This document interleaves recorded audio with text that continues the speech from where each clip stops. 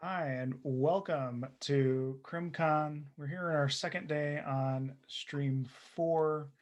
We'll give just a minute or two for folks to connect. While we are getting everything situated here, I would like to remind everybody how this works. Each of our panelists will have 10 minutes to give their presentation. We'll move on fairly quickly to the next presentation. As folks are talking, if you have a question for them, click the Q&A button down on the bottom. It's in the bottom of your toolbar. It might be here, or maybe it's over there. And type your question there. We'll answer questions at the end of the session. So after everyone has presented, we'll answer questions. It's looking like we may have one attendee that's running late, or sorry, one panelist that's running late. If you're a panelist on the session and need to be promoted up from the attendee pool, please hit the Q&A and let me know. With that, I think we're going to get started. We're going to go in the order of the program, but we're actually going to start with the second presentation, an exploratory study on the experience of female police leaders. Sure.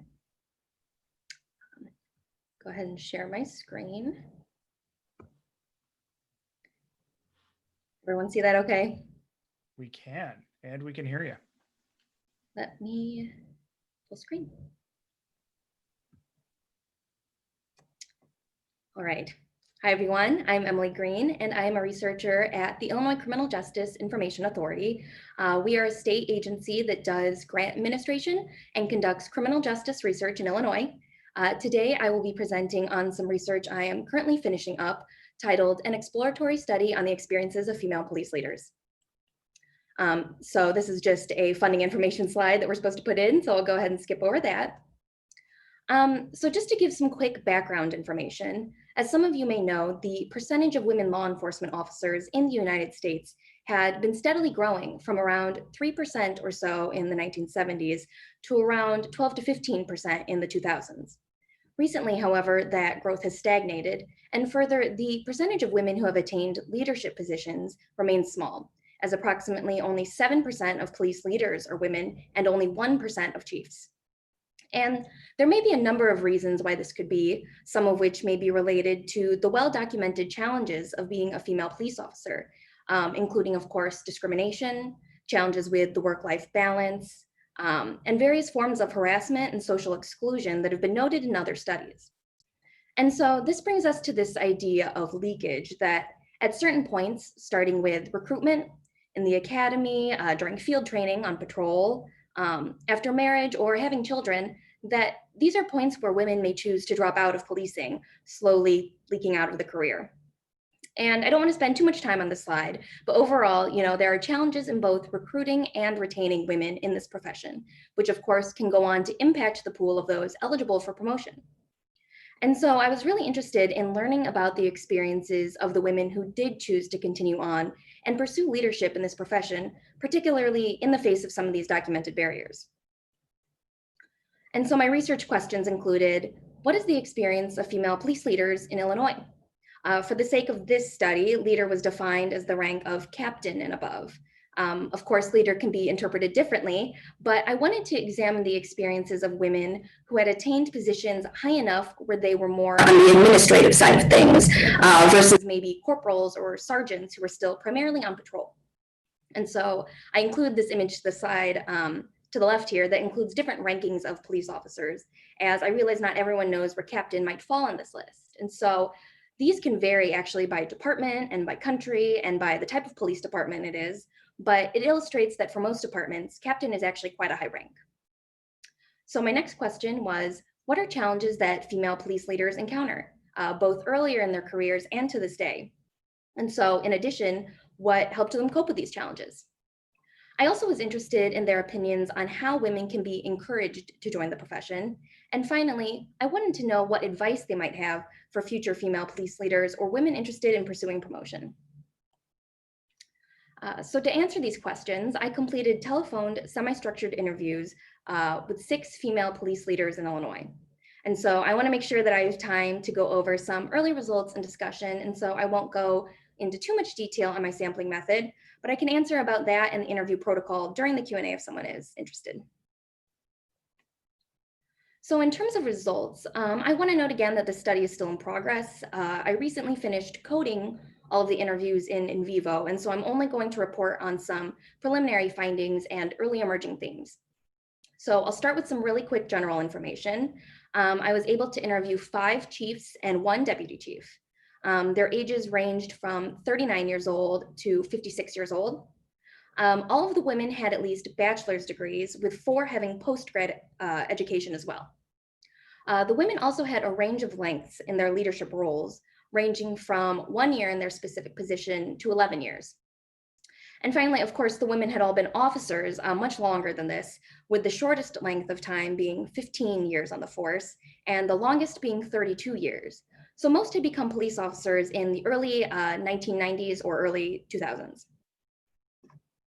And so in terms of their experiences, kind of as you'd expect, the experiences of these women leaders varied. Many spent their entire careers in similar regions, if not the same department. And so they were able to share stories of what it was like then versus now. In the beginning, many of the women faced what I would call challenges related to traditional views on what police officers should be like or are supposedly like. So in other words, some male officers had shared their belief with the participants that women are not strong enough to be police officers. For example, when showing up as a backup officer, multiple of the women expressed that male officers would show disappointment. One woman was even told that she would crumple under the pressure of being an officer. Others noted experiences with sexual harassment, including one woman who actually received pornographic magazines in her mailbox with a note asking if this is what she looked like with her clothes off. And so, of course, these stories are awful. And additionally, some of these women were also quick to note that women who had been there when they had first started actually had it worse than they had, that they had been touched or blatantly discriminated against. And so the participants shared their own stories within that context. Now, of course, these women persevered. As we know, they became police leaders. But after being promoted, what emerged was kind of a second set of challenges. Specifically, that any success in their organization was actually due to being a woman. The perception that they were only promoted because their organization needed female leadership as a diversity initiative. Some noted that there was this assumption that they must be sleeping with senior administration to have achieved such a promotion. And so what helped these women cope with some of these challenges? Many of the women noted the importance of internal and external support. Internal support in the form of mentorship and external support in the form of family support and friendships with both officers and non-officers. Some were actually also driven by the challenges they experienced to become police leaders in the first place, so that other women wouldn't have to have their experiences. And this served as sort of a coping and driving mechanism as well. When asked about how to recruit more women into the profession, many of the participants noted that that's a really difficult question. The women explained that it's challenging in general right now to recruit anyone to policing, which could be, of course, due to multiple political and social factors.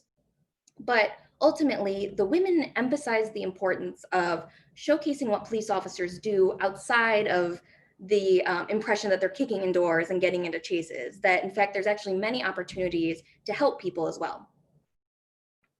And finally, when asked about what advice they would give to women interested in pursuing promotion, many of the participants noted the importance of learning the administrative side of policing, that as leaders, they spent much more of their time behind a desk with tasks such as managing personnel, looking at budgets, and responding to emails. They also explained that while an advanced degree can be helpful, it doesn't necessarily need to be in criminal justice, as one might assume. Instead, areas such as information technology and accounting even are just as useful for today's officers. So there's a couple points that I do want to explore further as I begin to write the final report on this research. One thing that I thought was interesting after starting these analyses was that when these women first started on the force, they were being told that their gender was something that would hold them back, either emotionally or physically. But after receiving their promotions, this narrative was flipped. They were then told that their gender was actually propelling them forward beyond what they, quote, deserved. And despite serious amounts of promotional testing, including multiple interviews, multiple tests, some of which are objective, such as the written test, there was sometimes this impression that the women were still not good enough until they proved themselves and were deemed good officers by the men in their department. And so one theme that's emerged is the idea of having to prove yourself. Many of the women reacted to these challenges by, in their words, working twice as hard to prove half as much, which is echoed in research about women in other male-dominated fields. And while I think that really speaks to the resilience and drive of these women, I also think it's important to note that this tackles a bit of a symptom of a problem, that these women were forced to conform to this police culture that necessitates that women must be twice as good to be taken seriously. So to conclude, I know that I focused a lot on the challenges and barriers that these women had to overcome, but I also want to note that women who didn't necessarily encounter these challenges noted how important mentorship and support and encouragement was to their growth. And so I want to make sure that I stay under my 10 minutes. And so that's all I have for today. But I would love to hear any feedback, ideas, or areas of interest as I continue my analyses. So please feel free to shoot me an email. Thank you.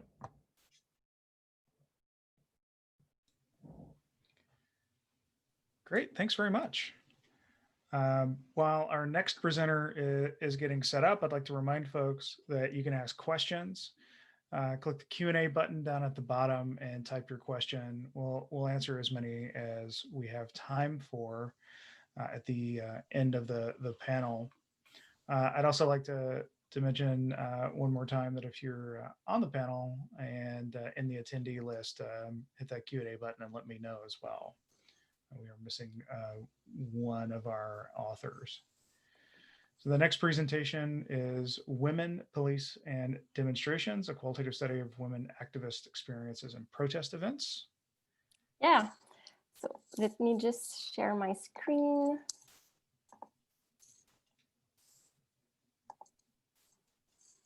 Okay. Fantastic. Great.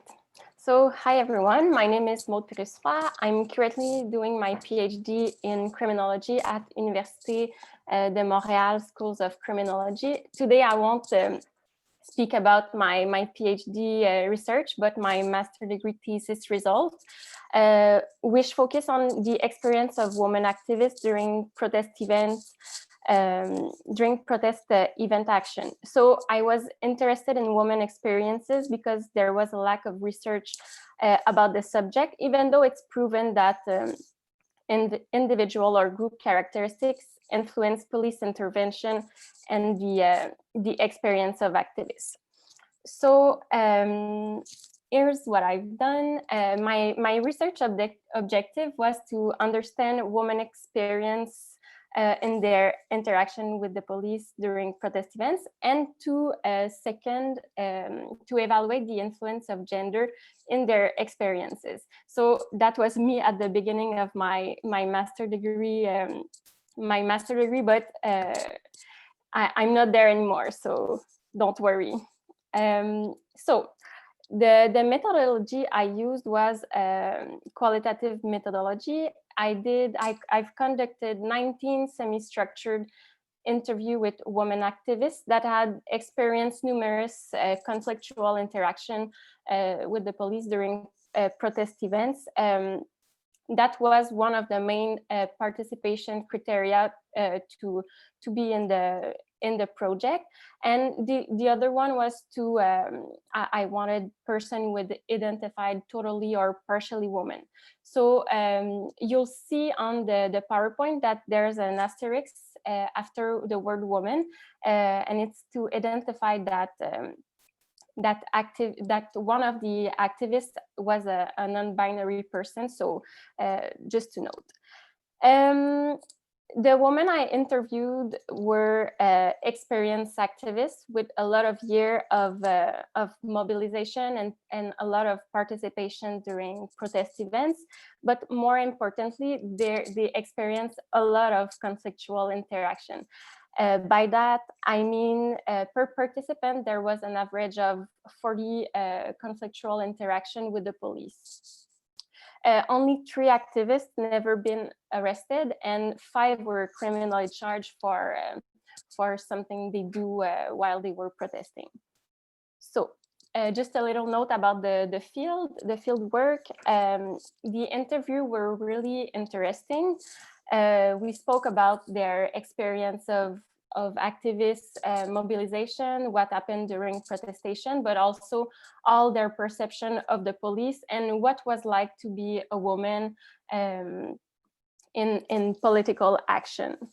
The main characteristic of the sample is that the majority of the women are young white women, educated and mobilized around student and feminist issues. So this is the main limit of my study. There's a lack of diversity, unfortunately, in the sampling, but yeah, that was it. Though the main struggles the activists were mobilized around student and feminist issues, they were not the only one. I observed that the defense of a particular cause does not prevent participation in other political struggles. So now let's talk about what we really want to know, the results. Yeah, so if the 2 main questions were what were the experience of women activists, and were their experiences influenced by gender? So the answer to the last question is yes, but only partly. Before examining these experiences, you need to know that not all the experiences with the police were gendered, nor conflictual or violent. The fact that I will talk about more, that I will talk more about these experiences might give you the impression that all experiences were violent and gendered, but it's not the case. So that being said, I will talk about one of the main results I had with the main result of my research, which is the sexualized interaction that women experience with their during their encounter with the police. I think I'm gonna have time to speak only about this. So here it is. Yeah, as I said, the one main result of the experience of the woman was that they experienced sexualized interaction during their encounters with the police while there was police repression. Other kind of police violence happened, but this is the one I would like to discuss with you. So these interactions occurred when protesters were arrested, but also when activists gathered around feminist struggle or with a majority of women. Some of the interaction were verbal and other were physical. And it was a continuum. It was not so minor event to bigger event. So the verbal sexualized interactions took the form of sexualized insults or comments. For example, referencing to pornography, seduction, or physical on the physical appearance of activists. On the other end, there was also a continuum of physical sexualized contact, ranging from touching to the threat of abuse or harassment. Yes, so some of the demonstrators experienced sexualized physical contact as side breaths and hip touching, lingering on certain parts of the body, and that were all unwanted by women. And 2 activists experienced particularly traumatizing situation while they were being arrested on different occasions. So it's not the same case. So it's the case of Pascal and Charlie. Both are fictive names, don't worry. So both experiences occurred during mass arrest. both activists were handcuffed and were surrounded by a male police officer that threatened them to sexually touch them. So both felt really vulnerable, scared and powerless during their experiences, considering the status of police officer. They have a lot of power and they were men also. So this continuum of sexualized experiences show that women's sexuality is still used by male authority to repress and control in the context of political action. So to conclude, because the time passed, what this shows is that, as I said, the gender seems to be a privileged way to enforce social order and social control on women activists. And it shows the weight of gender on the experiences of women activists. In a time of major police repression against protest groups, as we are right now, these studies underline the importance of considering a variety of individual and group characteristics to understand crowd-controlled policing and the experience of activists. So it's important not to consider just the gender, but a multi-factor, more characteristic. So what's next? For my PhD degree, I plan to deepen those results and overcome the limit of this study. So I'm still researching on women, on police repression on women activists. And yeah, if you have any question, don't hesitate. If you want to write me as well, my email address is at the bottom of the PowerPoint. So it's gonna be a pleasure for me to speak more about the results. Yeah, so thank you. Thank you so much. Reminder for everyone that there's a Q&A button down at the bottom. Hit that and answer or ask your questions. We'll answer them as we can. We've got a question here regarding female police leaders. If you're allowed to disclose, were the leaders you interviewed from large, mid, or small to mid-size or small departments? So we'll take that one first. If I remember correctly, I think the majority were from mid-sized departments. I think that a couple actually were from smaller departments. I'll try to not be too specific because, of course, since this pool is so small, it would actually be surprisingly very easy to figure out who the women were. But I will say that one of the women who was actually at a very large department left that department due to some of the challenges she experienced and moved to a smaller department, and actually ended up discussing the benefits of that and how much that actually did end up helping her. And so sort of along a similar line, though we've been making some progress, it's slow. Do we foresee greater participation of females in leadership roles in police agencies in the future? I'd like to definitely think so, of course. On a more optimistic note, a lot of the women that I interviewed noted that men who are entering the profession these days, even in comparison to just the 90s and the early 2000s when these leaders joined, men these days have grown up with far more women in leadership positions, not only in police departments, but in other fields and other areas as well. The women also noted that they grew up at a time where their mothers were working, and there seems to be a stronger understanding and less resistance to this idea of women in leadership, particularly among the younger generations that are joining the police. And so I hope that in the future that we can make it so that, of course, there's fewer challenges and less resistance to these women who are attempting promotion, and ideally that would allow more to be both interested, attain it, and have the proper encouragement. And I have a question about these two presentations together. So I'm not sure who's going to want to answer this, but I'm curious how these things intersect. It seems like there must be some relationship between women in leadership roles in police departments and just sort of generally how women are treated by police officers, and where protests are a specific instance of that. So I'm wondering if one of you wants to comment on that and just speculate just a bit. Would you like to just? I feel yeah, I will take this one. Do you want to go ahead? I'm okay with you answering it, and then I can add some thoughts.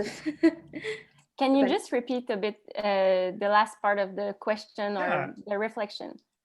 Yeah, I mean, it seems like these two topics are related. That at least intuitively, it feels like there should be some relationship between women in leadership roles at all ranks, from command on down to line level officers, and how police treat people. And in the particular context of protests, where you have high stress events, right? So I'm curious how those things might intersect. I would say that the culture, it's not just about the culture, but the thing is, when we consider gender, it's part of the police culture, and probably that Emilee, you must have faced it when you interview the police officer, and it's not just on the protest side, but also inside the police. So I think that the same kind of, it's different, but the same kind of gendered relation happened in the police department, as well as in the contact with the people here on the protest action. And it reminded me that my research took, the major place of my research is in Quebec, Canada. So it's maybe a bit different than in the US, but one protesters that I interviewed told me that once when there was a mass arrest, she heard one police male officer told his colleague to go get a woman police officer to take care of the group that was a feminist group. So for me, it was just another a kind to another way to observe what happened with the gender in those kind of contexts with the police culture. And I wanted to just add one thing that I noticed watching your presentation was kind of this overlap in these sexualized interactions that you mentioned, and that these women activists and also these women officers were having just, like you said, yeah, these very sexualized interactions with these male officers, and how, you, to a degree, of course, police culture, I think, definitely maybe overrides some of the way that the women officers would maybe view these experiences versus the women activists. But I just thought that was an interesting overlap, I guess, and maybe speaks to gender as a whole and how it, I guess, permeates different areas. Yeah. I think, yeah. So we have a couple of other questions here. Did the women that you interviewed feel like there were struggles outside of the police department? So this would be for Emilee as well, like in their personal lives. So not just at work. Yeah, thinking back, that was one of the questions we asked, was kind of how was their the reactions of their friends and their family or their spouses to their career, and also their choice to pursue leadership. And as a good thing, I guess, many of the women spoke that they had very great family and friendship support and encouragement. Many of the women were also married to other police officers or people who were kind of police adjacent, like people in the military or firefighters, who really encouraged these women to kind of pursue that. Although I do want to note, actually, that there were women who did kind of run into some resistance from their significant others, particularly men, who, I guess, one, I think there was an aspect of protection there. The men were saying, hey, look, you have told me about all these awful things that have happened to you, these challenges. Why do you want to keep doing this? Why would you want to pursue something further? And so that was one, I think, barrier that the women encountered. And then on the other side, I think there was this idea that like, you don't need to do that, like that's going to be bad for our family, you know what I mean? That these women were also expected to be caring for their children and to be kind of, you know, a very present parent. And so I think that was another resistance from some of the women leaders' spouses was this idea that they, by pursuing promotion, were neglecting their family. Yeah, and I think that answers another of the questions that we had. We have a question for the other presenter. I'm not sure if you covered this, but what were the limitations of your study? Yeah, the major limitation was regarding the sampling of the woman. There was not a lot of diversity, and we can make the hypothesis that like racism would influence the experiences of women in another way than just white women. And maybe another limit is I just interviewed women, so it's basically based on perception of activists, which is really great, but it would have been also interesting to make interviews with police officer or observe a protestation, but that's what I'm gonna do in my PhD. I plan to make observation participation in demonstration, so that's gonna help me to overcome this limit. Thank you. A question regarding police leadership again. Have you compared your result, or do you plan to compare your result to women in leadership roles in other parts of the criminal justice system, such as corrections, parole, probation, and so on? I definitely think that would be really interesting. I haven't necessarily considered that yet, but I think that's really important as well, because I do think there's a lot of research on women in policing, and definitely less so, especially in community corrections, I think. I think even in other areas of policing, there's also less research out there, or even just a smaller or non-existent pool at all. For example, we were going to include sheriffs in this current project, but there are no female sheriffs in the state of Illinois. And so I think also acknowledging and doing more research both in that area, and then like you suggested, maybe community corrections or other areas or jails, prisons, etc., would be a really interesting follow-up study as well. And we will keep you in the hot seat here. How are the retention rates of women who've been promoted? Are they overcoming obstacles and excelling, or do they end up leaving the profession? I think that is one of the limitations of the study and the approach I took, is that I was unable to speak with women who did drop out. So of course, the women that I was speaking to had persevered, had attained these positions, really did see, I guess, their leadership as transformative, and had this very, I guess, motivational outlook into their positions. And so I think that, sorry, I just totally lost my train of thought, but I think, yeah, I think that that would be a really important area to discuss as well, is that, you know, for the women who decide, you know what, this is too much, I don't want to do this anymore, kind of dropping out, I think it's really important to target their experiences as well, and hear from them to understand, okay, what was it that caused them to not kind of make it all the way up, and speak more on emphasize the retention of the women who did clearly make it to this chief role and what helped them get there. If that answered the question. I lost my train of thought right in the middle. Yeah. So. No, I think it does. It's you can only speak to the leaders who were there in a retrospective sort of study, right? You'd have to do a prospective study to really be able to figure out why there's attrition in the field at all ranks, and that obviously is a much bigger, much different sort of project, right? We have a question for both of our presenters that I'm going to read it as more broadly than it's written.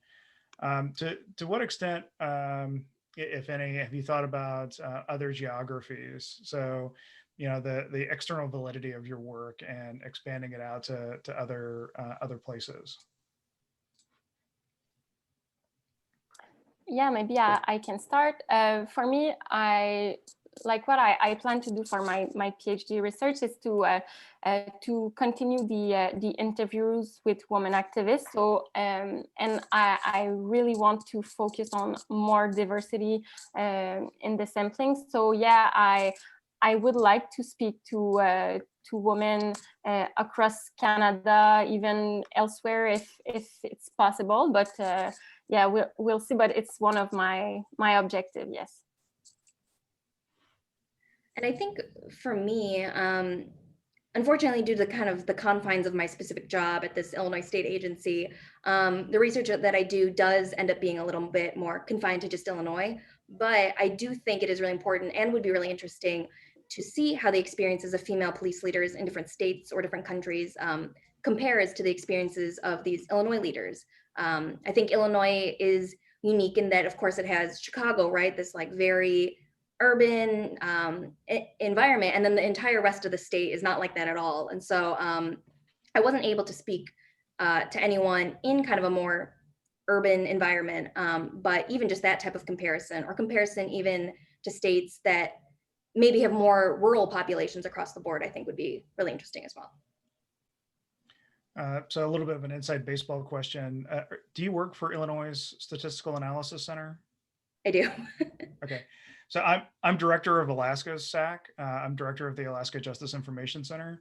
We should talk afterwards about cross-state collaborations, because I think that's one area that it's kind of difficult to do in positions like ours. I'm also on faculty at the University of Alaska, Anchorage, but so much of our work, just by necessity of the type of position that I hold, is Alaska specific.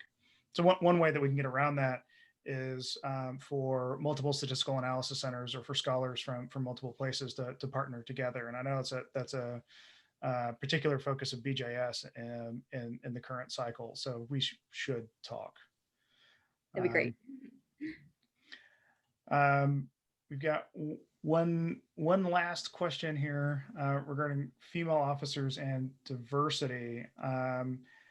Did you see, were the women you interviewed diverse or more so along the same ethnic pool? So the women I interviewed were along the same ethnic pool. And so I think that's another important intersection of this work, is that how do women of other races, what are the unique maybe challenges that they've experienced, or how does race and gender kind of interact to influence the way they approach their work, the way that they create and form relationships in the department, whether or not they're accepted, whether or not their leadership is considered valid. And so once again, another limitation, of course, is that there just weren't that many options truly for non-white women officers in these leadership positions. And so I think that's another area that's really important to foster and research as well, is how both race and gender interact in this environment. Yeah, as a policing researcher, that's a difficult subsample to get, right? You already have a small subsample when you're talking about women in policing, and then it's smaller still when they're in leadership roles, and then non-white women in leadership roles in policing are real difficult to find in the United States. I suppose we have one last question regarding female police leaders, and this is a good place for us to leave the discussion, because it's a future-looking question. What can be done both academically and non-academically to increase female representation in policing, both in general at the line level and up through the ranks? And I would include command in that question, because I think there's a role there too. Yeah, I think that there's a few different levels, and hopefully I'm able to answer this somewhat cohesively. But I think part of it, as many of the women interviewees spoke of, was getting that education out there that policing does not, and necessarily probably should not, just be about this very brute force, very physical machismo culture, in that, there are women officers out there who are trying to change the culture. And I think getting that education out there, that there are other avenues in policing besides just that, I guess, stereotype, I think is really important, because some of the women spoke to the fact that they would go out to schools and speak with women and say, hey, you can do this. Like, you don't need to look like this image that you might be seeing in movies and in TV, and still you can be a good police officer and can be the type of police officer that we might be needing more of or should be moving toward. And so they noted that younger women were didn't even understand necessarily that there were areas of investigations and detective work and IT crimes and sex crimes, and that there's these other areas where you can specialize in beyond kind of that street level patrol. And so I think that's one way to maybe encourage more women to enter the profession, is getting that education out there. And then I think another thing that's important. Oh no, I lost it again. Could you repeat the question? Maybe if you say it, I'll remember what I was going to say. Yeah, I think you've done a good job of addressing it, is how we can increase female participation in representation and policing at all ranks, including line level up through middle ranks to command. Got it. Yes. And so I want to speak specifically to the command thing again. I kind of mentioned it in my presentation. I didn't have a ton of time to go in, but this idea of fostering that mentorship and that encouragement and camaraderie between women. And so I think as a separate note, it should be noted that police culture itself should hopefully start to shift, and that the burden isn't completely on these women officers, of course, to have to band together and rise up and work twice as hard. But I think also in the meantime, creating avenues for women officers to meet up, discuss their experiences, encourage each other to pursue promotion and discuss what the process is like is really important as well. And I know that, of course, there's these organizations out there that are intended to connect women officers and women leaders, but some of the chiefs I spoke to noted that these conferences aren't always available, especially for lower ranking officers, that there's only typically room in the budget for higher ranking officers to get to these conferences. And so as a lower ranking women officer, you just might not have the opportunity to meet these other women at these conferences or organizations that are out there. And so maybe at the local level or regional level, creating more organizations for women officers, and particularly those interested in promotion, to meet up and discuss their experiences would be really helpful as well. A fantastic answer. I think it's a good place for us to leave it. I would like to thank our panelists. Thank you for sharing your work on an important issue, certainly in policing and how police officers treat folks. For people who are interested in seeing the recording from this session, that'll be available within a week or two. We're posting those to our YouTube channel. You can subscribe to our YouTube channel, search YouTube for CrimCon, you'll find us. You can also subscribe to our mailing list. If you go to crimcon.org and scroll down a bit, you'll find a place where you can subscribe to our mailing list to get updates from us on when we're posting those. It'll take us a little bit of time to get those up, but we're hoping to get that done pretty quickly. If you're in this session looking for other presentations later in the day, we are going to end this session and then restart it, so everyone is about to get kicked out. I'd like to thank the panelists again for their work and for coming to share it with us today. Thank you. Bye. Thank you.